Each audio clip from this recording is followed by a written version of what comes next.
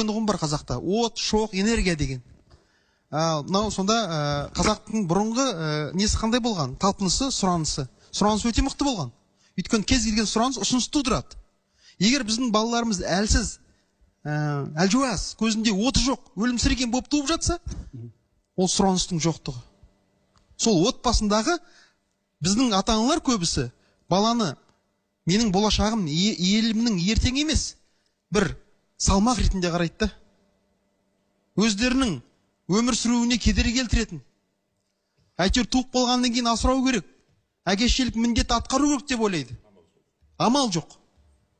Ал шын мәнінде бұрын қазақтың интенциясы, яғни ойлау жүйесі қандай болған? Қазақ айтқан: ұл болсаң шоқ бол, шоқ болмасаң жоқ бол деген. Яғни кімнің ішінде оты болса, яғни әрбір ата-ана армандаған, мен отты бала дүниеге келсем деп. Өйткені Абай айтады ғой, ішінде кімнің от болса, қар жауса да сөнеме дейді. Ондай бала ешқандай қиындыққа мойымайды екен. Ешқандай формацияға мойымайды, ешқандай ситуацияға мойымайды.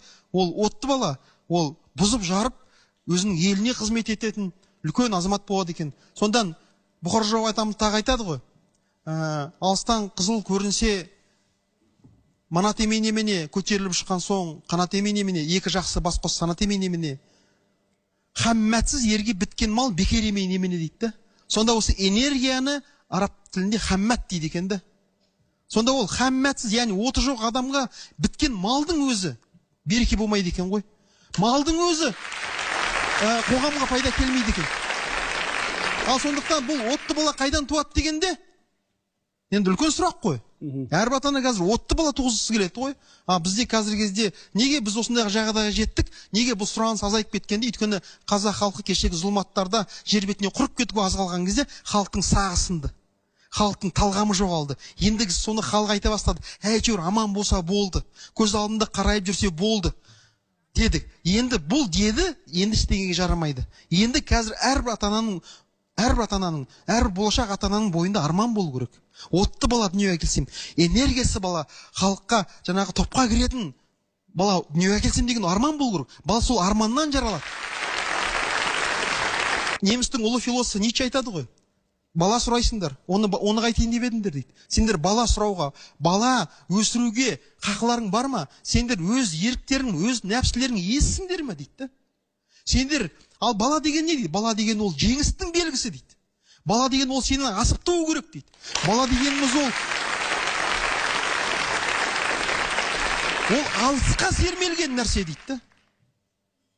Міне сондықтан әрбір үйленетін адам өзін тәрбиелеу керек. Мен дайынмын ба әке болуға? Мен дайынмын ба шеше болуға? Бұл жауапкершілік, үлкен жауапкершілік.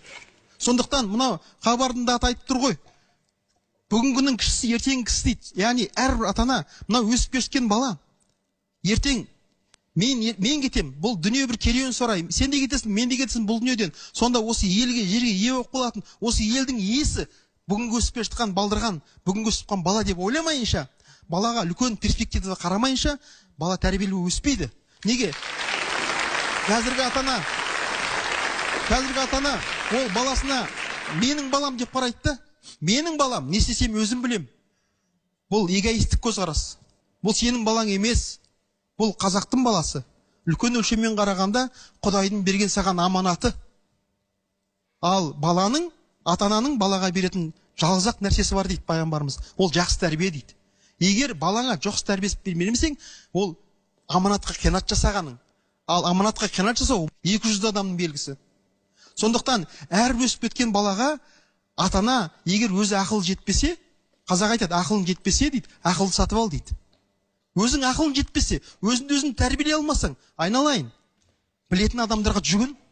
Ең құрмаса, жұмасына бір рет үйіңе жақсы адамдарды қонаққа шақыр.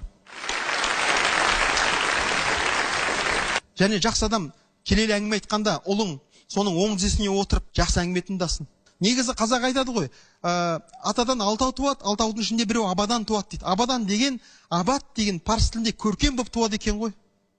Сонда сол абаданын тәрбиелеу керек та. Өйткені сол абаданы таққа мінгенде қалған атқа мінеді дейді. Ал абаданнан айырылғанда әрбір итке жем болады дейді. Машһүр Жүсіп атамыз айтады, ол баланы құнарлы жерге егіп, оны өсіріп шығару, және ол баланы өзіңнен артық тәрбиелеу дейді, бұл бағбанның ісі сияқты дейді.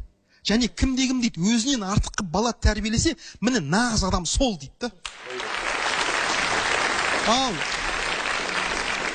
Ал бұрынғы қазақ дейді, топырақ таңдаған дейді. Топырақ деген не? Әйел таңдаған. Қазір кезде біздің жас жігіттеріміз әйел таңда өзіне болашақ жарын таңдай ала ма? Олардың оған білігі жете ме? Ақтамберді бабамыз айтады ғой, елден елді аралап, тектіден текті саралап, бегілердің қызын айттырып алар мекенбіз. Бала берсе тезінен, пірлердің бітсе демінен, шілтеннің тиіп шылауы, артылып туса өзімнен, осыншама берген дәулетті көтеріп жүр алар мекенбіз дейді.